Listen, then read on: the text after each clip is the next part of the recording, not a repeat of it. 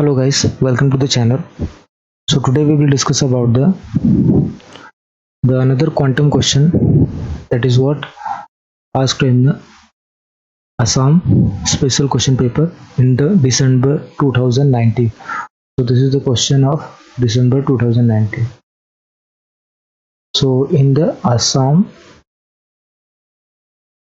so in this lecture we will discuss about the detailed of some 3D SHO.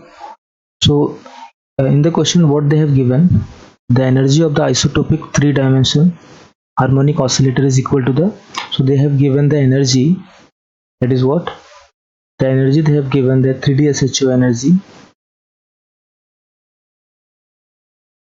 the 3D SHO energy they have given, that is what 5/2 h. ठीक है. So what is the meaning of this isotopic? तो isotopic का meaning क्या होता है कि यहाँ पे आपको आइसोटोपिक मीन्स कि अगर आप जो फ्रीक्वेंसी की बात करते हो, अगर आप तीनों के तीनों डायरेक्शन में जाते हो, that is x y z के डायरेक्शन में जाते हो, तो फ्रीक्वेंसी अगर क्या है सेम है, तो दैट इज मीन्स ये फ्रीक्वेंसी अगर सेम है तो क्या होगा, उसको हम लोग बोल सकते हैं कि आइसोटोपिक. अदरवाइज ये क्या होगा, आपका एनाइसोट्रोपिक होगा.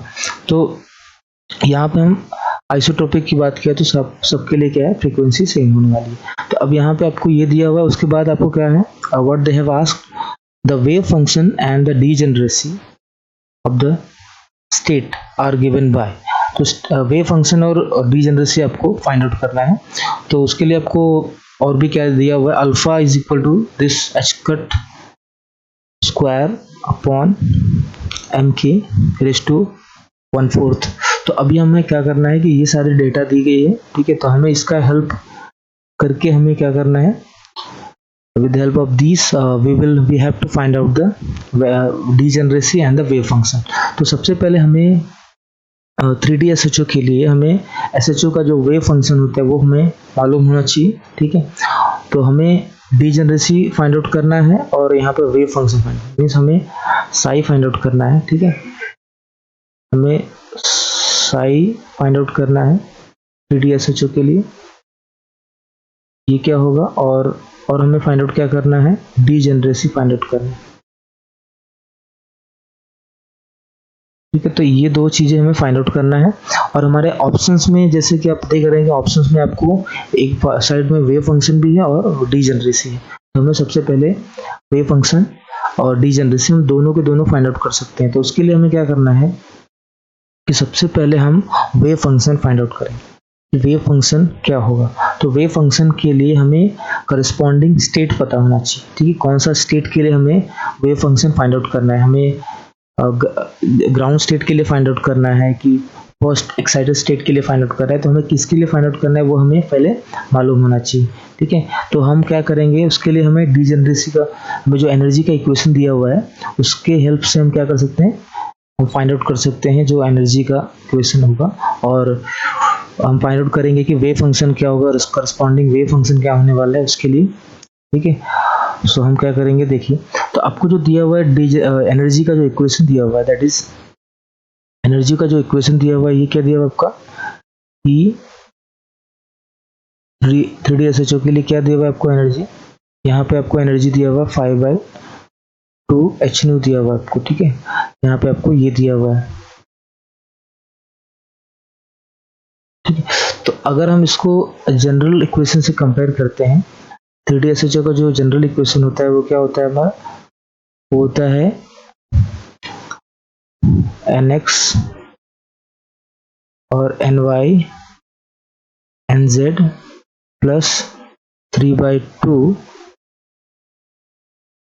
ठीक है, h न्यू. ये हमारा जनरल फॉर्मूला होता है फॉर द 3D SHO के लिए एनर्जी का. तो अगर हम इन दोनों को कंपेयर करेंगे तो यहाँ पे आपके पास एच न्यू क्या हो जाएगा, कैंसिल हो जाएगा. एच न्यू हमारा क्या हो जाएगा, कैंसिल हो जाएगा, ठीक है. एच न्यू कैंसिल हो जाएगा तो हमें मिलेगा क्या, सिर्फ ये पार्ट मिलेगा सिर्फ. तो अभी आपके पास क्या है, तो हम क्या बोल सकते हैं कि अभी ये जो 3/2 है, 3/2 को इस साइड लेके आया, 5/2 माइनस क्या हो जाएगा 3/2. This will be what, nx plus ny plus nz, ठीक है। तो इस तरीके से हम क्या देखेंगे, ये जो सोल्यूशन होगा 5/2 माइनस 3/2 दैट इज व्हाट 2/2, तो 2/2 मीन्स 1। तो हमें जो आंसर मिलने वाला है वो क्या मिलेगा, आंसर 1 मिल जाएगा। ठीक है, अभी 1 मिलेगा तो 1 मिला मीन्स हमें ऐसा कॉम्बिनेशन लेना पड़ेगा कि जो टोटल हमें क्या मिलना चाहिए वो 1 मिलना चाहिए। ठीक है, मीन्स सबको nx ny और nz को ऐड करके हमें 1 मिलना चाहिए। तो कॉम्बिनेशन सिर्फ एक ही पॉसिबल है। ठीक है, 1 0 0 और कोई है कॉम्बिनेशन, तो हम क्या कर सकते हैं इसके लिए, इसको हम 1 0 एंड 0, तो इस तरीके से भी लिख सकते हैं, या फिर क्या लिख सकते हैं 0 1 0। ठीक है, या फिर हम क्या कर सकते हैं इसको 0 0 1। तो ये हमारा 3 क्या हो गया, हमारा 3 जो है हमारा कॉम्बिनेशन बन सकता है। तो 3 कॉम्बिनेशन बना, दैट मीन्स हमारा जो जो डीजेनरेसी हुआ, यहाँ पर डीजेनरेसी कितनी हुई हमारी, यहाँ पर डीजेनरेसी हो गई, डीजेनरेसी हमारी क्या होगी 3 हो गई। ठीक है,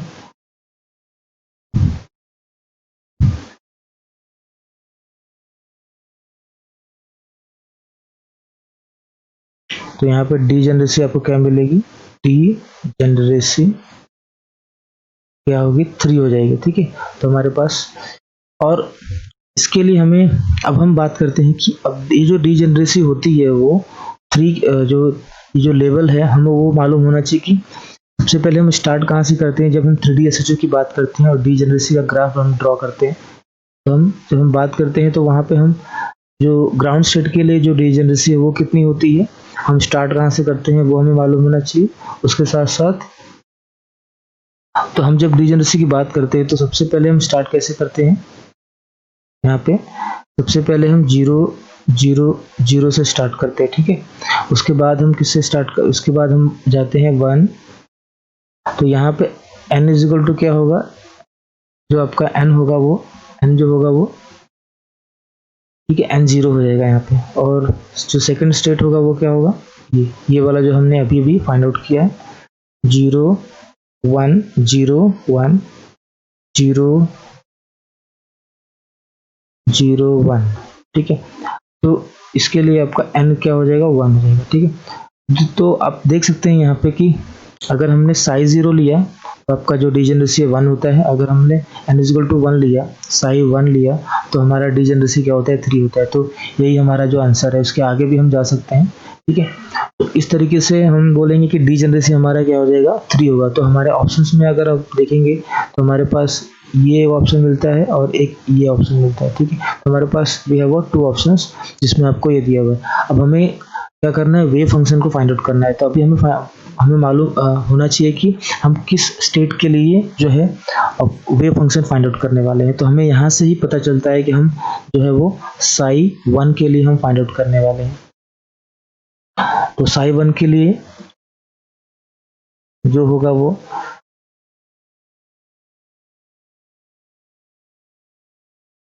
तो यहाँ से आप देख सकते हैं, तो ये आप बोल सकते हैं कि यहाँ पे साई 1। ठीक है, तो इस स्टेट के लिए हमें क्या करना है, फाइंड आउट करना है कि हमारा वेव फंक्शन क्या होने वाला है। तो वेव फंक्शन जो होता है 3D SHO के लिए केस में, उसमें वेव फंक्शन जो होता है, जनरल जो वेव फंक्शन होता है वो कैसा होता है, अगर हम साई 0 की ले लें, साई 0 को हमने ले लिया, तो साई 0 के केस में अगर आपको देखोगे तो आपको साई 0 के केस में आपको क्या मिलने वाला है, यहाँ पर साई 0 के केस में आपको, अगर आप वेव फंक्शन की बात करते हो तो साई 0 के केस में आपका जो जनरल वेव इक्वेशन होता है वो कैसा होता है, यहाँ पे होता है बीटा बाई पाई 1/4। ठीक है, बीटा बाई पाई 1/4, और उसके साथ क्या क्या होता है, हमारा एक्सपोनेंशियल टर्म होता है E raise to minus beta x square by 2। ठीक है, तो ये जो टर्म होता है हमारा साई 0 के केस में होता है। लेकिन अगर हम बात करते हैं कि अगर हम साई 1 की बात करेंगे, साई 1 की हम बात करेंगे, तो साई 1 में ये टर्म आता है। ठीक है, ये टर्म भी कॉमन रहता है, बीटा बाई पाई 1/4 ये टर्म होता है, और उसके साथ साथ ये टर्म भी होता है हमारे पास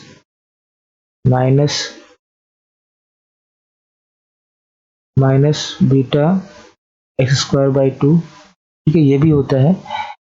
लेकिन अब यहाँ पे एक मिडिल टर्म आता है, वो बस हमें याद रख लेना है।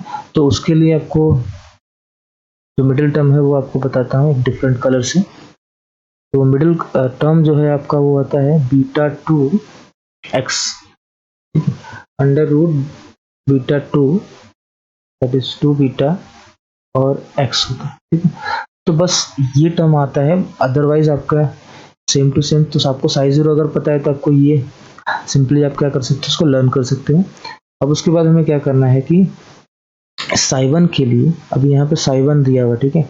इसके केस में हमें क्या करना है कि हमें 3D SHO के केस में, अभी ये तो सिर्फ क्या होगा, जो साइवन हो गया वो x के लिए होगा सिर्फ, ठीक है। ये केस के लिए होगा, सिर्फ x के लिए होगा, सिर्फ ये x के लिए होगा, ठीक है। तो हमें क्या करना है, 3D SHO निकालना है। 3D SHO के केस में हमें क्या करना पड़ेगा कि हमें तीनों के तीनों डायरेक्शन में हमें क्या करना है, लिखना पड़ेगा वो, ठीक है। तो जब हम बात करते हैं टोटल जो वेव फंक्शन होगा एक्स वाई जेड डायरेक्शन में, जो टोटल वेव फंक्शन मिलने वाला है हमें कैसा मिलेगा, हमें तो टोटल वेव फंक्शन मिलेगा 3D। तो 3D के लिए मतलब एक्स वाई और जेड के केस तीनों के लिए हमें क्या मिलेगा, इनका सिंपल, क्योंकि हमें पता है कि वेव फंक्शन जो होता है वो मल्टीप्लिकेटिव होता है इन नेचर। तो साई एक्स इंटू यहाँ पे क्या होगा साई वाई और इंटू साई जेड। तो इस तीनों फॉर्म में आपका क्या होगा। तब हमें क्या करना है, अभी इस तीनों वेव फंक्शंस के लिए एक्स वाई जेड के केस में हमें क्या करना है, तीनों के केस में हम फाइंड आउट करेंगे कि जो हमारा तीनों के लिए हम क्या करें। अभी एक्स के लिए आपको जो दिया हुआ टर्म यहाँ पे, और ये जो होगा टर्म आपका कांस्टेंट, ये क्या होगा, कांस्टेंट होगा, ठीक है। ये कांस्टेंट होगा, बाकी के बाकी सारी चीज़ें क्या होगी। तो ये वाला जो टर्म है आपका, ये जो टर्म है ये आपको x और यहाँ पे ये वाला x, ठीक है, e raise to minus beta x square, ये टर्म आपको मिलने वाला है, ठीक है। तो हम बोल सकते हैं कि इसी तरीके से y के केस में भी क्या होगा, यहाँ पे सिर्फ y आएगा और यहाँ पे भी y आने वाला है, और z के केस में क्या होगा यहाँ पे, ठीक है, यहाँ पे z आने वाला है। तो इस तरीके से हम जो टोटल वेव फंक्शन लिखने वाले हैं, वो टोटल वेव फंक्शन कैसा आएगा, अगर एक्स वाई जेड के डायरेक्शन में हम लिखेंगे। और हमें क्या करना है, नॉर्मलाइज्ड लिखना है। अगर नॉर्मलाइज्ड तो हमें नॉर्मलाइजेशन कांस्टेंट उसके साथ लेके आना पड़ेगा। तो होता है कैसा है कि जब हम बात करते हैं तो यहाँ पे आपको ऐसा कुछ एक्स वाई और जेड डायरेक्शन में आपको जो टोटल वेव फंक्शन मिलेगा, ठीक है। तो वेव फंक्शन क्या मिलेगा आपको, यहाँ पे आपको एक नॉर्मलाइजेशन कांस्टेंट मिलता है, ठीक है। और उसके साथ साथ आपका जो वेव फंक्शन है वो रहेगा, ठीक है। तो इसके केस में आपने क्या देखा कि ये एक्स टर्म आ रहा है, ठीक है, तो एक्स, ठीक है, और एक्स रेज टू उसकी डीजेनरेसी, ठीक है, उसकी डीजेनरेसी हमें लिखना है, ठीक है। अब यहाँ पे इसकी डीजेनरेसी और ये वाला पार्ट हमें एक्सपोनेंशियल वाला पार्ट हमें लिखना पड़ेगा, ठीक है। एक्सपोनेंशियल वाला पार्ट क्या है आपका, बीटा एक्स स्क्वायर बाई 2, ठीक है। तो ये टर्म उसके केस में आ गया, ठीक है। अभी ये तो साई एक्स के लिए हो गया, ठीक है। अभी उसी तरीके से अगर हम बात करेंगे साई वाई की बात करेंगे, तो साई वाई की बात करेंगे तो क्या होगा, यहाँ पे होगा आपका, let me change the colour. तो बीटा के केस में यहाँ पे आपको, तो अगर हम इसकी बात करते हैं वाई के केस में होगा, तो वाई के केस में क्या होगा, यहाँ पे वाई होगा और उसका डीजेनरेसी जो होगा उसका, ठीक है, पावर, और उसके साथ साथ हमारा जो एक्सपोनेंशियल टर्म है वो क्या होगा, that is what beta x square, sorry y square by 2, ठीक है, ये हो जाएगा। उसके साथ साथ अभी अगर हम बात करेंगे z की, z डायरेक्शन में जो होगा, z डायरेक्शन में अगर हम बात करते हैं, तो z डायरेक्शन में बात करेंगे तो क्या हो जाएगा, यहाँ पे आएगा आपका z, ठीक है, एन जेड, ठीक है।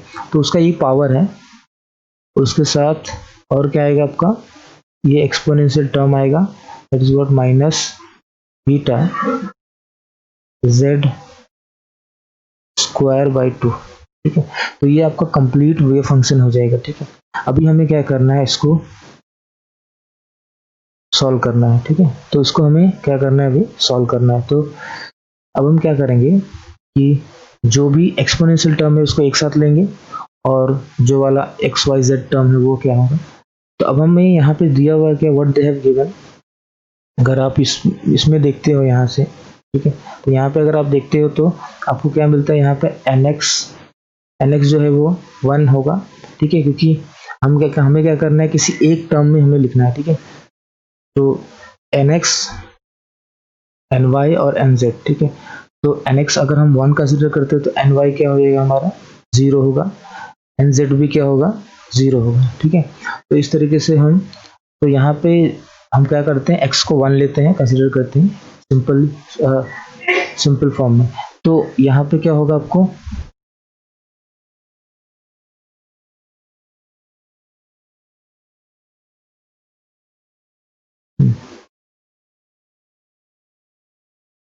तो यहाँ पे आपको जो x y z के टर्म में, तो यहाँ पे आपको क्या मिलेगा, यहाँ पे n मिल जाएगा, और यहाँ पे x, अब मैं क्या करता हूँ, सबको एक साथ लेता हूँ, तो यहाँ पे x का पावर क्या हो जाएगा, 1 होगा, ठीक है, और y का पावर क्या हो जाएगा, यहाँ पे 0 हो जाएगा, और z का पावर क्या हो जाएगा, यहाँ पे 0 हो जाएगा।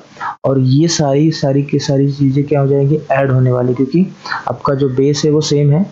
तो हम क्या करेंगे, यहाँ पे सबको ऐड करेंगे, तो माइनस बीटा बाई 2 जो है वो कॉमन हो जाएगा सब में, और x square plus y square plus z square, ये क्या होगा आपका, ये आपका समेशन हो जाएगा। अब उसके बाद एनीथिंग रेज टू पावर क्या होता है, एनीथिंग रेज टू 0 जो होता है वो 1 होता है। तो ये क्या हो जाएगा, सिंपली आपको n, ठीक है, n इंटू एक्स मिलेगा, और यहाँ पे आपको क्या होगा आपका, यहाँ पे आपको बीटा, ठीक है, beta x square plus y square plus z square by 2। तो अभी हम देखते हैं कि हमारा जो इक्वेशन है वो मिला है क्या नहीं, वो देखते हैं, ठीक है। तो जो हमारा मेन इक्वेशन है वो मिला है कि नहीं, वो हम चेक करते हैं। तो अभी यहाँ पे अगर आप देखते हो ऑप्शंस में, तो ऑप्शंस में आपको अल्फा का फॉर्म दिया हुआ, ठीक है, तो हमें अभी अल्फा का टर्म आता है, तो अल्फा को लेके जाते हैं अभी हम पिक्चर में। तो अल्फा जो आपको दिया हुआ है, अल्फा की जो वैल्यू दी गई है यहाँ पे आप देखोगे ध्यान से, अल्फा यहाँ पे दिए हुए कि alpha is equal to h cut square upon m के 1/4। तो अभी हमें क्या करना है, वहाँ पे मॉडिफाई करना पड़ेगा, ठीक है। तो अब हम एक और फॉर्मूला है बीटा के टर्म में, ठीक है, बीटा और एम और के के टर्म में, उसमें रिलेशन क्या होता है वो हमें सबसे पहले मालूम होना चाहिए, ठीक है। तो अगर आप ध्यान से देखते हो तो यहाँ पे आपको जो बीटा की वैल्यू होती है, जो बीटा की वैल्यू होती है, बीटा इज इक्वल टू क्या होता है आपका, बीटा का जो रिलेशन होता है वो बीटा इज इक्वल टू क्या होता है, अंडर रूट एम के, आ गया कर्सर, कहाँ चला गया,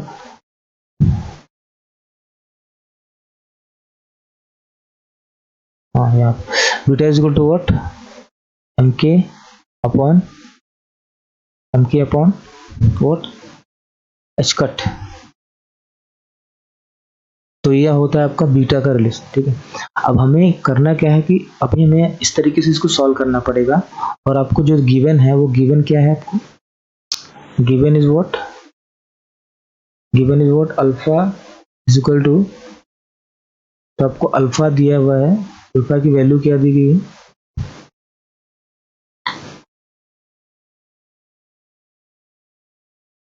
alpha is equal to what, h cut square m के 1/4 दिया हुआ है आपको, ठीक है। तो ये आपको दिया हुआ है, दैट इज गिवन। तो अभी हमें क्या करना है, इन दोनों के हेल्प से हम क्या करना है, इसको अल्फा को लेके आएंगे, ठीक है। तो अब यहाँ पे आपको क्या दिया हुआ है, देखिए ध्यान से, अभी हम क्या कर सकते हैं, इसको सबसे पहले हम क्या करेंगे, इसका स्क्वायर करते हैं, ठीक है।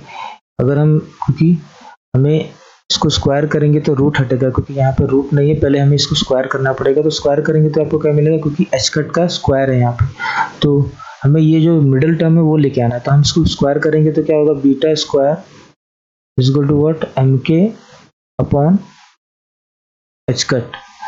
और अब क्या होगा उसके बाद, वो अभी हम इससे क्या करना है, एच कट का स्क्वायर है, ठीक है।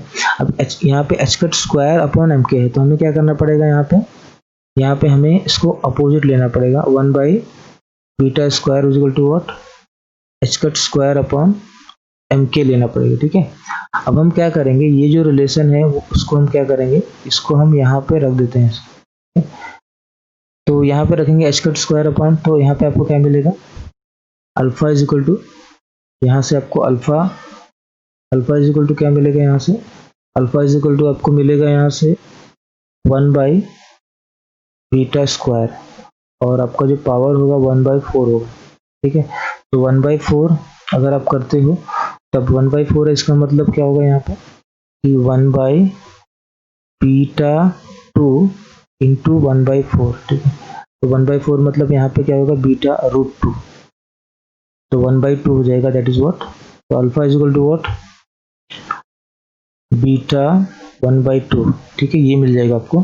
तो अगर आप क्या करते हो, अब हमें क्या करना है, अल्फा स्क्वायर लाना है, तो अल्फा स्क्वायर लाने के लिए क्या करेंगे हम, अब इसका स्क्वायर कर देंगे, तो स्क्वायर करेंगे तो क्या हो जाएगा आपका, alpha square is equal to what, 1 by beta, that means finally आपको यहाँ पे बीटा क्या है, ऊपर है, ठीक है। तो हमें क्या करना पड़ेगा, बीटा इज इक्वल टू क्या आएगा आपका answer, beta is equal to, अगर आप यहाँ से ध्यान से देखोगे तो बीटा इज इक्वल टू आपको यहाँ से जो मिलेगा वो मिलेगा, beta is equal to what, 1 by alpha square मिल जाएगा, ठीक है। तो beta is equal to what, यहाँ से आपको मिल जाएगा बीटा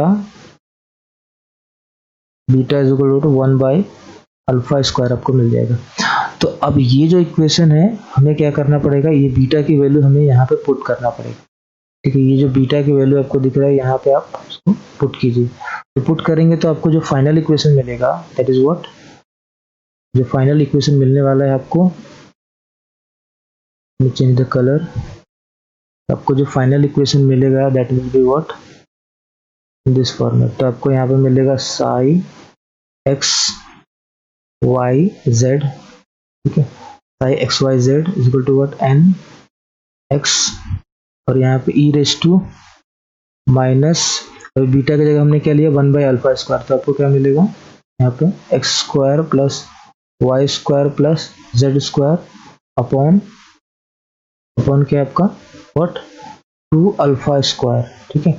इस तरीके से हमारा ये जो इक्वेशन मिलता है, ठीक है, तो हमें जो फाइनल इक्वेशन मिला ये हमारा आंसर है, वेव फंक्शन मिल गया हमें। तो हम क्या करते हैं, ऊपर जाते हैं, थोड़ा ऊपर जाते हैं, तो यहाँ पे आपको अब इन दोनों ऑप्शंस में से हमें कौन सा ऑप्शन मिला है हमें, ठीक है, हम चेक कर सकते हैं यहाँ पे, तो हमें ये वाला ऑप्शन मिला है, ठीक है, ये वाला ऑप्शन हमें मिल चुका है। अगर आप इसको कंपेयर करोगे तो आपको ये वाला ऑप्शन मिल चुका है, दैट मीन्स आपका जो करेक्ट आंसर हो जाएगा वो ऑप्शन नंबर 2 होने वाला है, ठीक है। सो आई होप गाइस कि आपको ये सोल्यूशन पसंद आया होगा, so give a big thumbs up and so thank you so much for appreciating me. So अगर आप कमेंट करते हो तो मैं और भी वीडियोस बनाने वाला हूँ, और ज़्यादा से ज़्यादा मैं कोशिश करूँगा कि क्वांटम के और फिजिकल के क्वेश्चन किया जाए, ऑर्गेनिक भी साथ में हम लेके चलेंगे। और तो अगर आप कमेंट करोगे तो उसके अकॉर्डिंग मैं वीडियो बनाने वाला हूँ। So hope you guys are very healthy, so be safe and have a nice day.